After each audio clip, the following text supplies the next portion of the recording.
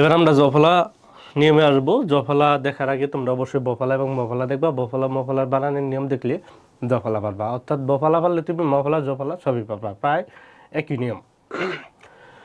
জফলার পরে ব্যঞ্জন ধ্বনি অ বা আ থাকলে তাহলে হবে কি জফলার উচ্চারণ এই হয়, যেমন ব্যবহার ব্যবহার, ব্যর্থ ব্যর্থ।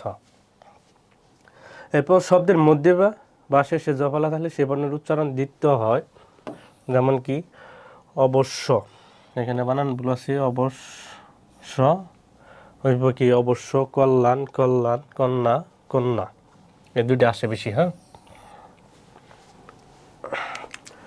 এরপরে জফলার পর যদি ই ধ্বনি থাকে তাহলে কি জফলার উচ্চারণ হবে কি ইয়া, যেমন ব্যতীত হয়েছে কি ব্যতীত, ব্যক্তি ব্যক্তি।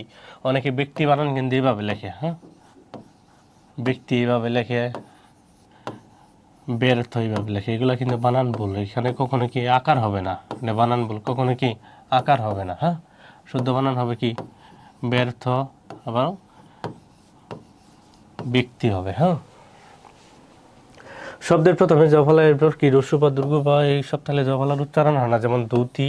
দেখো এখানে কি প্রথমে কি রস্যু উকার আছে এবং জফলা আছে। প্রথম জফলার আগে কি আছে রস্যু বা দুর্গ উকার যদি থাকে তাহলে কি জফলার উচ্চারণ হবে না, যেমন ধুতি, চ্যুতি চ্যুতি, চ্যুতি মানে কি চ্যুত হওয়া, এরকম। হ্যাঁ,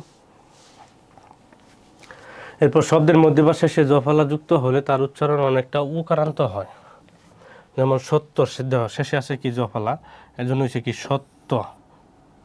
পণ্য পণ্য হচ্ছে কি পণ্য, জফলা আছে এবং কি উকার হয়েছে।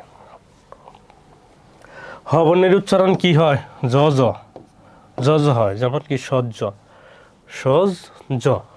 অনেকেরই এইটারে বানান বলে সহ, অনেকেরই সহ্য বানান দিতে লিখতে দিলেও কিন্তু সহ্য বানান লিখতে পারে না।